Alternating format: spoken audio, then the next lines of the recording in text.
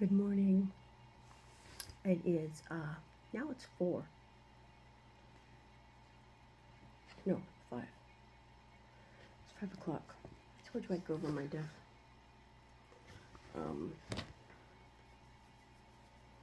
My grieving class I took. I hope I remember a good part of it. So, on a personal note, tomorrow is my last day of my full-time job. I've logged in today just to get on, I guess, and I usually log on pretty early. And I don't know, I'm all getting packed and ready for Wednesday, going on a trip on Wednesday. I have cut my hair.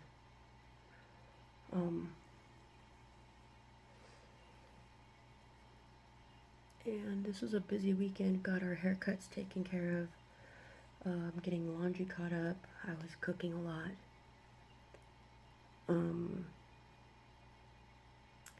My son had his senior trip last week with our church.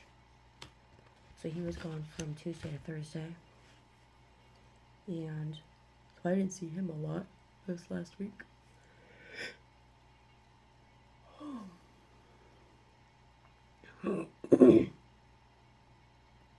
And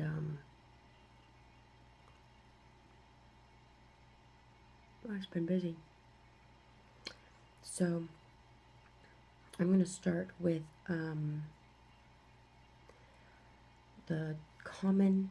there are common death losses and there are primary and secondary losses.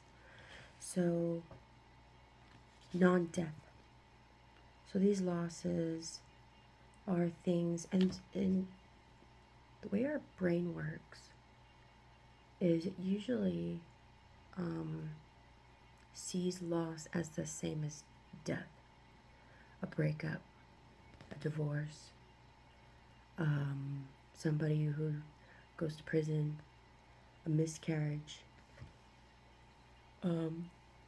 substance use, an amputation, pandemic. That was hard. Pandemic was hard. School and employment changes, moving is losses. Adoption, financial losses, natural disasters. So these are non-death losses that also our brain registers as also grieving. So it does also go through the grieving process.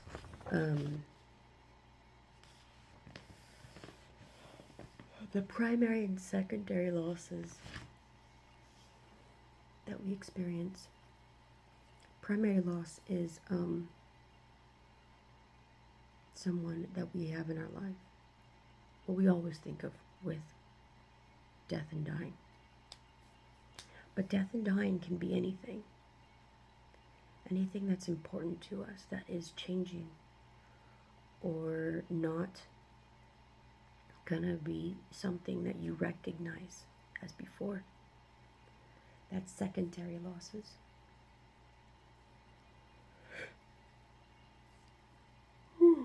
Excuse me.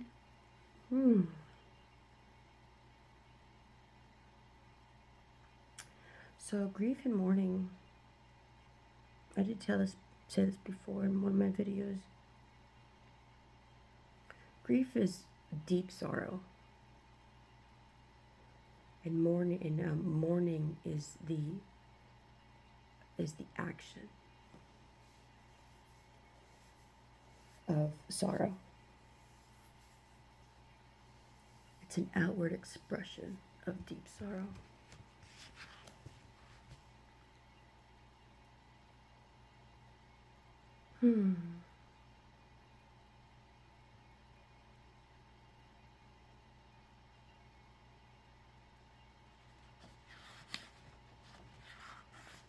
This was a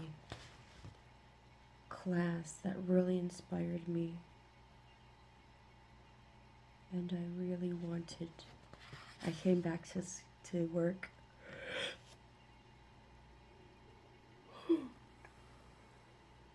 Came back to work, and I told my coworker that I was so inspired that I wanted to be a grief counselor. It was a really good class. She was really good.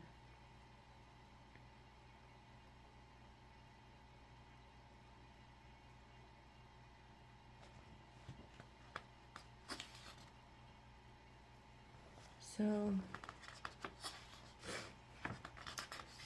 the steps of Kubler-Ross steps of grief were created for hospice clients, and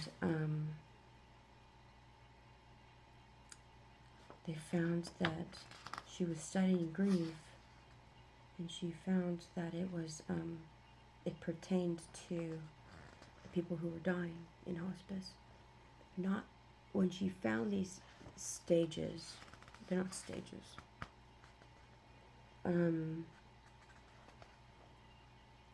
Stages makes it sound like it ends at some point, like you're able to check it off, move on. And when you've lost somebody, there is no checking off. You know, there's no box that you can oh, I've done that. I don't have to do that again. No. You go through this shit a lot. And it changes. It can be daily. It can be it could be a different experience. It can be weekly. So yeah. But it also applies to the people that have lost people too. I call grief a big gray puddle, and it usually feels like shit anyway. And you kind of feel all of it at the same time. It does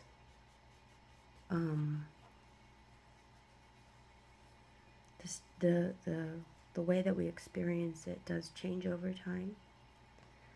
I still find myself tearing up at random times. Do I cry? No. But I'll feel my eyes sting with tears.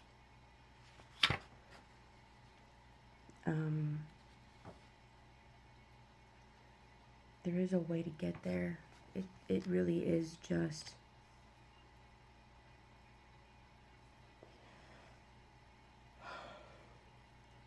it really does just suck. It's not fun.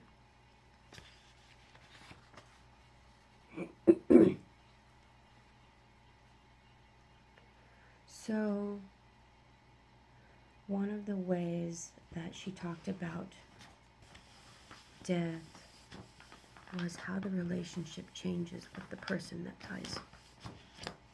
It doesn't necessarily mean that we have to forget about him and move on. It just means that now it's different. So the continuing bond is now different. Now we do things to maintain closeness and proximity to the deceased. When we went to California, an example of this is when my family went to California to put her in the cemetery out there. We were there on a Saturday. Saturday we put her in the bench, and there across the street in the cemetery there was literally a woman and a child, and the kid was on this tablet, and it looked like they had been sitting there literally all day. And I think a guy was with her too, and they were just sitting there at this gravesite. And that's one of the ways that they continue their bond. It was a Saturday, and in my head I judged them. I looked at them and I thought, why would you spend your Saturday at a cemetery? And I had lost my mom. I had lost her. And I had judged them with, like, why are you wasting your life here, sitting here waiting for the dead? And, but that's their way of continuing their bond. That's the proximity to the deceased. So they'll sit there. The common expressions for continuing bonds is talking about memories and reminiscing. Proximity to the deceased, engaging in activities once enjoyed by the deceased.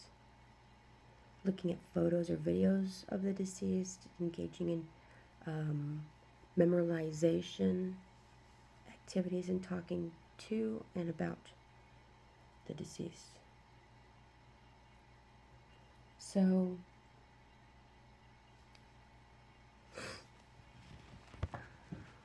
yeah, that is a part of our acclimation process with the last stage of change. There is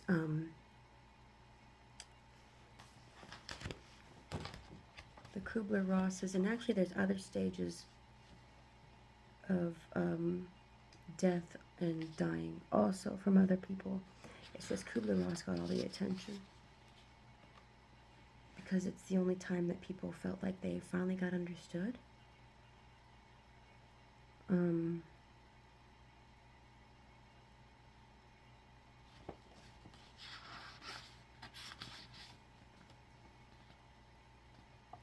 So, yeah.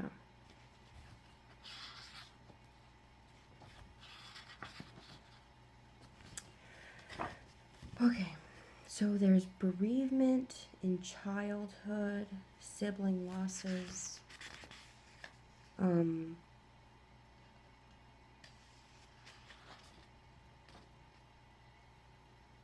the common questions we get, and there are different stages depending on how old the child is in age.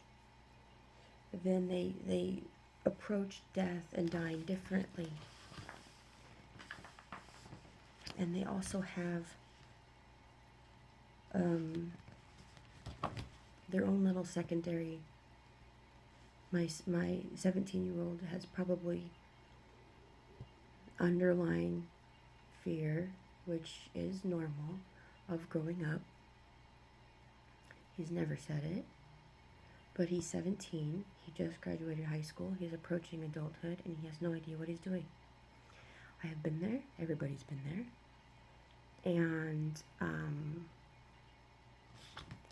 he, deep down, probably really deep down, he's probably having a little bit of some grieving reactions with the loss of his childhood. And it'll probably be more prevalent, really, when he's actually out of the house. Because to him, we are still his safety net. We'll always be his safety net. But he hasn't felt the full weight of what life outside of the house looks like. So, yeah. So his mourning isn't necessarily very impactful for him yet. It will. Oh, goodness.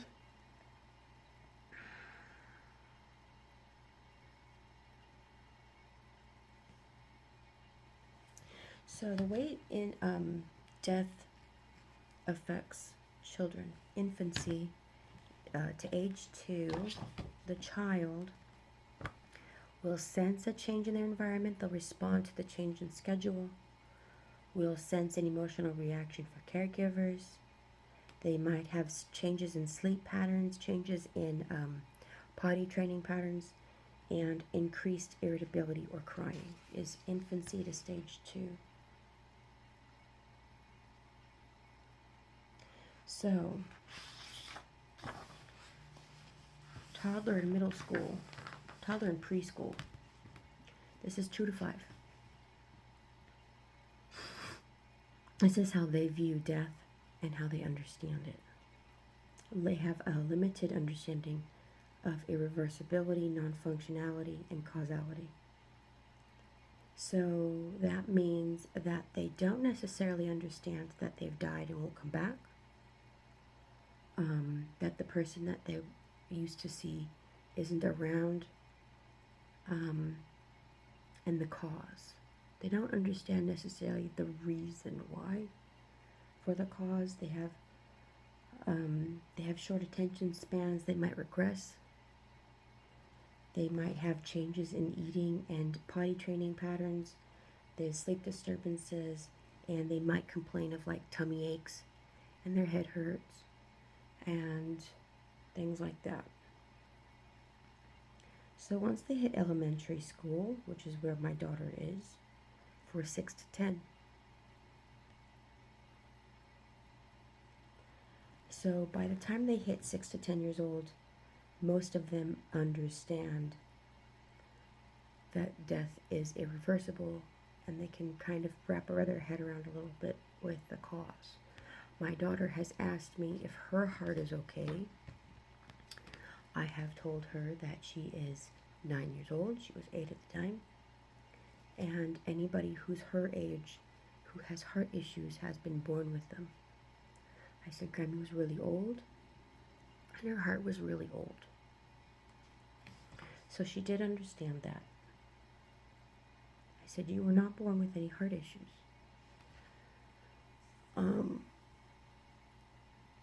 As a result, your heart's fine. So, elementary school ages, they often still exhibit magical thinking. Magical thinking is kind of like where they can, it's kind of like a little bit of denial. I guess is the easiest way of saying it. It's where they, they think that if they do something different, they can imagine this person like, they're not really dead. They're, they're just on vacation, or they're not here yet. Sometimes they view death in a violent sense. I was thinking of my mom's heart attack, and I don't doubt that it didn't hurt. But when she was rolled out of the house, it was not violent. They may fear death is contagious, which is true. They have difficulty concentrating. They may have aggression, anger, and act out. And they start expressing some fears. Late elementary and middle school, this is 10 to 12. So if you have any kids from 10 to 12 years old, this is how they might react with death and dying. They do understand universality. That anybody can be affected by death. It is not specific to old. So it's a situation that can affect anybody. This is where the adolescent egocentrism begins. So this is, it's all about me. Egocentric. So she actually said that late elementary and middle school ages 10 to 12 is she calls it an invisible audience, because they're old enough to understand, but then I guess they're expected by adults to deal. Because we understand what babies will do. We understand what little kids will do. 10 to 12, we're kind of like looking at them going, let's keep going. This age, they may view death as a punishment. and how that impacts their life. They may fear they will forget the person. And just because the person died and this was their age doesn't mean that they're going to experience this at that spot. What this means is that when my daughter will be 10 next year, she could probably experience these when she gets there. She may fear that she's going to forget who Grammy was. So these stages aren't necessarily in the moment, they're future. I hope that makes sense. They may express concerns about how the death will impact them personally, and they may conceal emotions from peers, teachers, and caregivers. High school. Most of my kids are high school age. They understand death on an adult level. They experience a major life transition. Experiencing a major life transition prior to the death. I don't really, okay. Increased questions about spirituality. They may assume family roles of the deceased, which then could result in a lost childhood and an adult responsibility. Often concealed emotions. They may lack peer support. And that's why I talk about my mom passing a lot. Because I want them to know that they can talk about it. And they've seen me cry. I will tear up and they'll ask me, "Are you crying?" And I say, "Yeah." I don't want to cry. I'm really tired of feeling like this. But nothing's more confusing than knowing somebody's experiencing something and then being gaslit. I don't want to do that. So where the reactions, these are the red flag behaviors. If your child is experiencing or showing any of these red flags, please be careful and get them some help. Because this is where death and dying and mourning and grieving turns inward and toxic. It gets to the red flag behaviors are clinical depression, suicidal ideation over attempts, self-mutilation, excessive risk-taking and rebellion, apparent lack or avoidance of emotions, withdrawal from friends and family, drug use or alcohol, and illegal behavior. So the death and dying turns toxic with the reactions.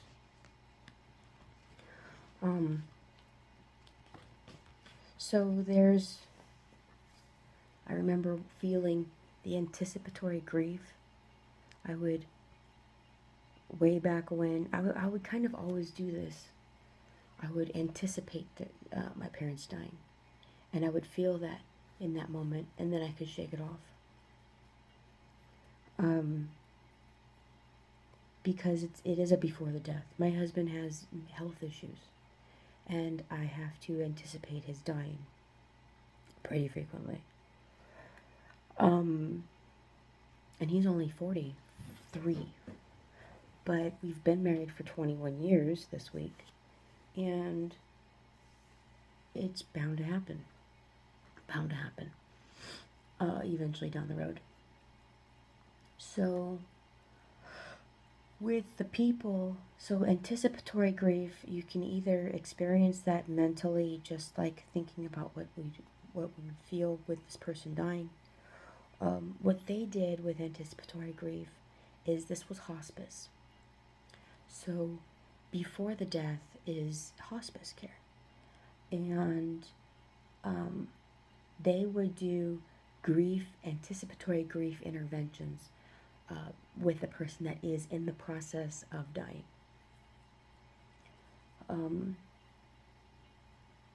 There's also another one for after the death. So,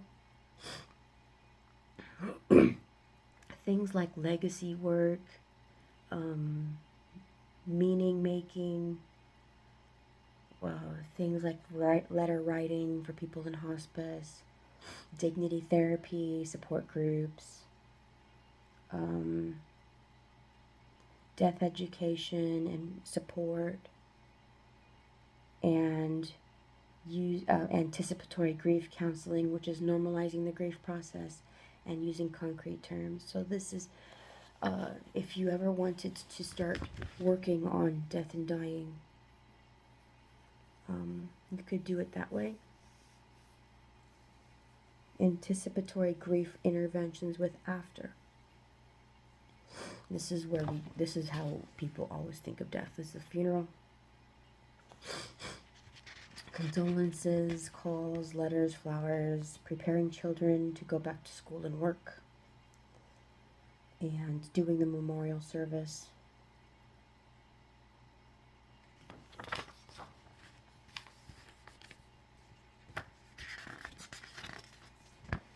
So,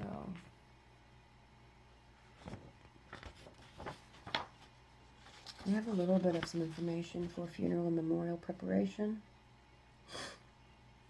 Culture changes funeral behavior. So this is where, I guess, as an adult, we can kind of prepare a child for funeral arrangements. I have, in our neighborhood, is a lot of African descendant people. And there's a house in particular on the back of our house, but on the corner. So they're probably 3 houses down from us. They've had a party all night. Some kind of celebration for a funeral twice. And both times they've had to come to the house around the neighborhood and tell them what they were doing in order for them not to. There's our neighborhood, our city has a do not disturb the peace ordinance or something like that. So that starts at, I think it's 11 on the weekends and at 10 on weekdays, where the sound has to come down. So they just wanted to go around and tell people what was going on, because it's their culture. Discuss expected emotions and grief reactions. Explain body disposition. My mom was cremated, and my 2 girls both have a necklace with her ashes in it.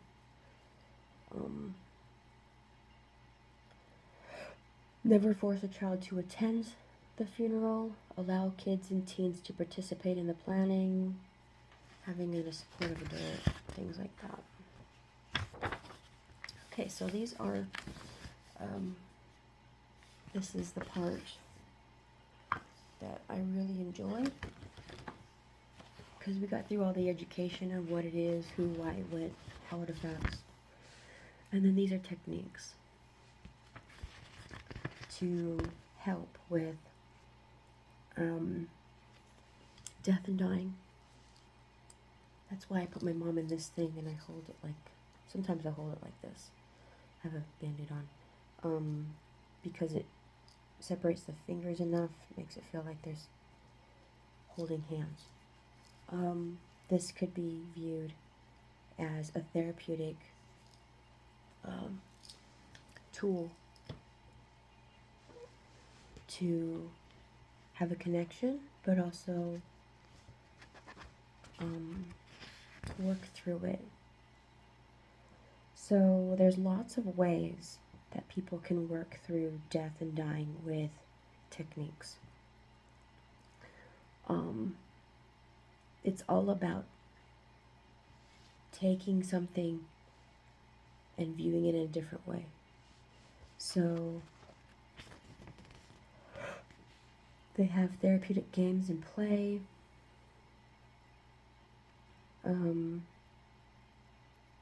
Writing an emotion on a ball and throwing it to the person, and wherever their thumb lands, they have to talk about it, kind of a thing.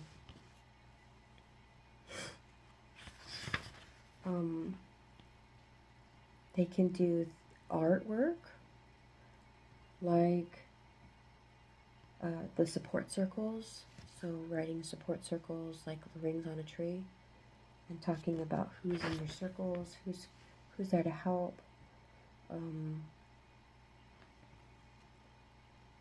Art with inside-outside feelings. So that's like a feeling mask, where you could do like a paper mask that you could put on your face, and I'm showing on the outside what I'm feeling on the inside. The colors of grief. You could color a board, and having a contrast of emotions of colors. So yellow could be happy, green could be nervous, blue could be calm. Memory peacock, draw fingers with support, and it's kind of hard to read in the dark. So you draw your fingers with support and for memory. So you would like do like the hand, and like mom, dad, brother, sister. And this one's fun. Using clay or Play-Doh for how we've been shaped by the loss, positive and negative. You could do a magazine collage with memorialization, pre and post therapy, and telling your story through it. I love these things. You could do a photo flower pot. You could do photography and take a picture of things that remind you of the person. And you could do photo collages, memory boxes and photos, relationship trees. This is where you would like do like a cutout of a tree, and then the leaves would have different meanings. So the brown leaves would be negative attributions of the person that died. So we're all people, and I haven't talked about anything my mom did wrong. She did do a lot of shit wrong. But if you wanted to help a person work through the complexity of the person that died and who they were, then the brown is the negative, the yellow is neutral, and the green is positive. So then you would write on these leaves the negative attributes of the person on the brown, and the neutral on the yellow, and then the positives on the green, the positive attributes. Because they are still people that just died.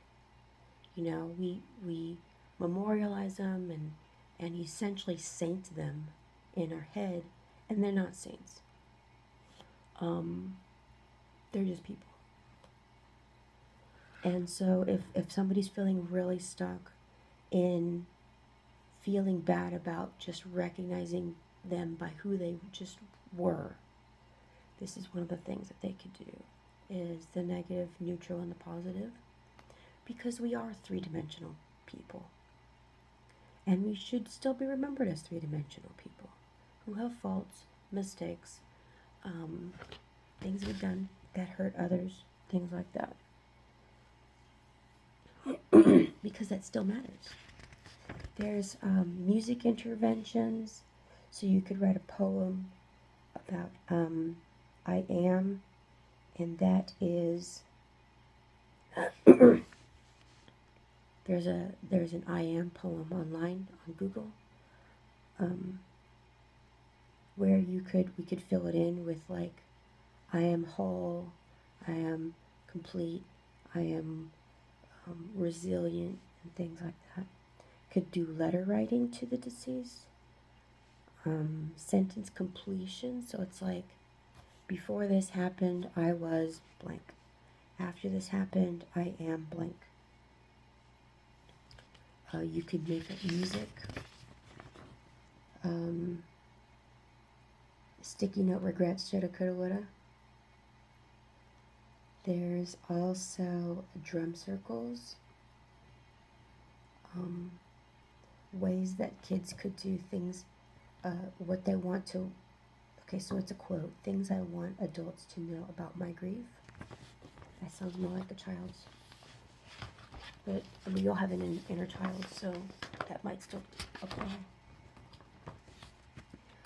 So the memorialization rituals, these are things that people do on the anniversaries.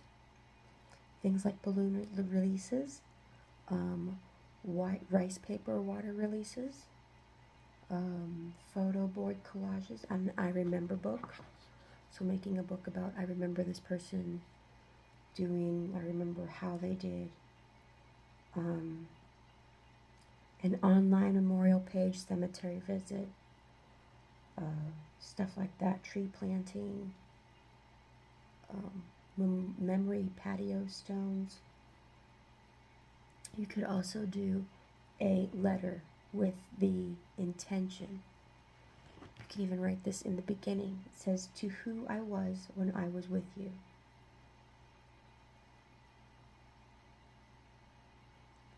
Because we do change with death. It is a dividing line in our sand of time. And we are different because they have died.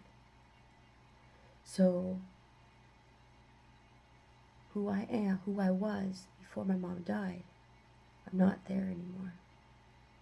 So you could do to who I was when I was with you. There's family activities and holiday events.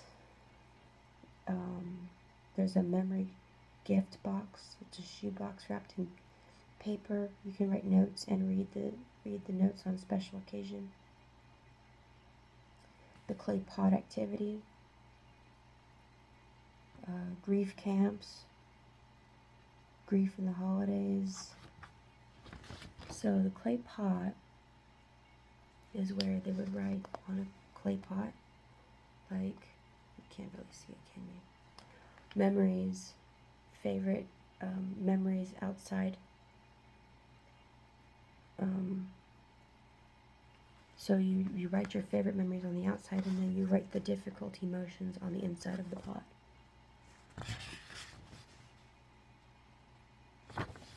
I really like the grief camps because they showed a video of the grief camps. It was awesome.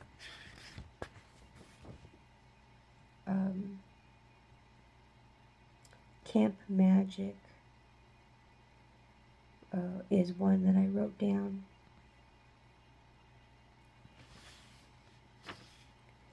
There's a group that I wrote down, support group considerations, is Judas House, JUDIS house.org. Those are support networks.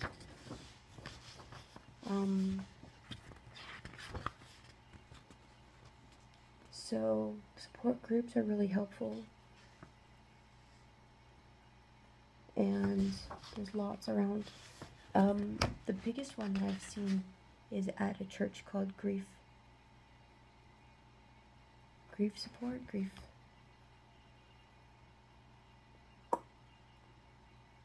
something like that. And obviously, if you have any crisis, this 988 is the crisis line.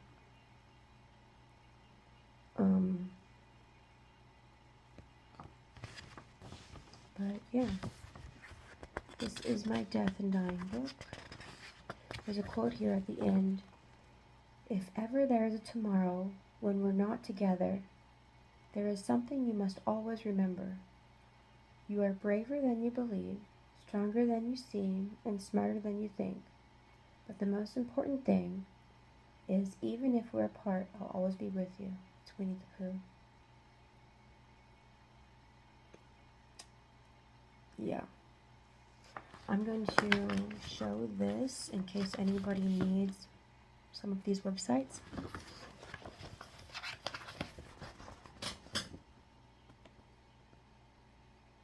Online resources.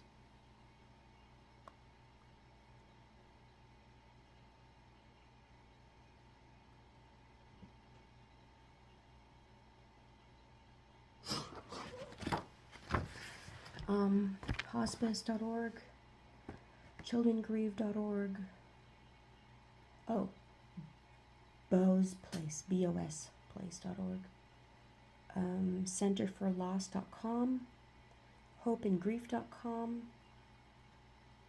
There's Sesame Street, DOUGY Dookie.org, NHPCO.org, JudasHouse.org. There's tfcbt.music.edu. Those are all online resources for youth and adults. And the rest is references. So, as promised, this is a very long video.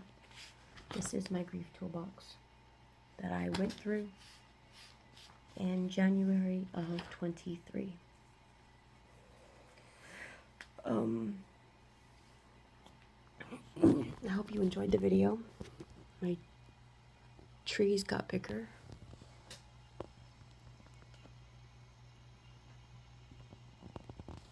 I have a lot of trees. Take care of yourself.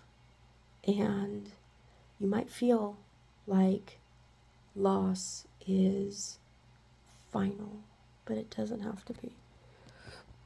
It sucks. I'm never gonna say it's fun. Never. But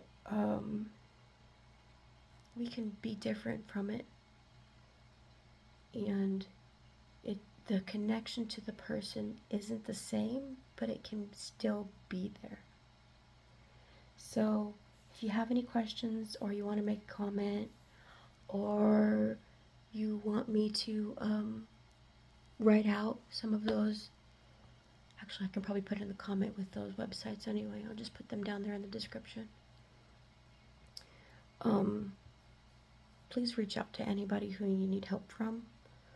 And should you ever need counseling, there's EAP that's free from your employer. There's lots of places you can get therapy at, many places that take insurance. And there's even in some communities, there's even free therapy. So take care of yourself, and I will post those websites in the description. You take care, and thank you for watching. I really appreciate it. Sticking with me for this one. Okay, bye.